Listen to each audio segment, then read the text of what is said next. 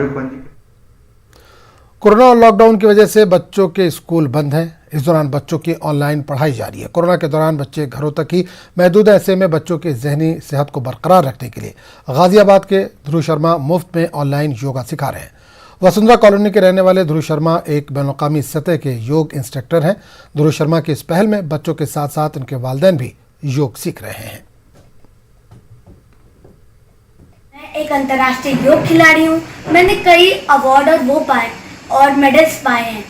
तो यही योग कला मैं अपने दोस्तों जो योग से जुड़े हुए हैं और जो लोग योग से नहीं जुड़े हुए उनको भी ये योग कला बताऊं ताकि वो अपने स्वास्थ्य का ख्याल रख सके।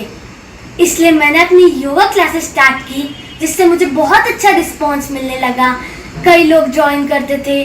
फिर जब 100 से ऊपर हो गए, मैंने अपने सोशल मीडिया पेज जिसका नाम है ध्रुव शर्मा योगा, वहाँ पर मैं इन्हीं के लाइव स्ट्रीम्स डालता था, जहाँ पर भी बहुत अच्छी तादाद आती थी।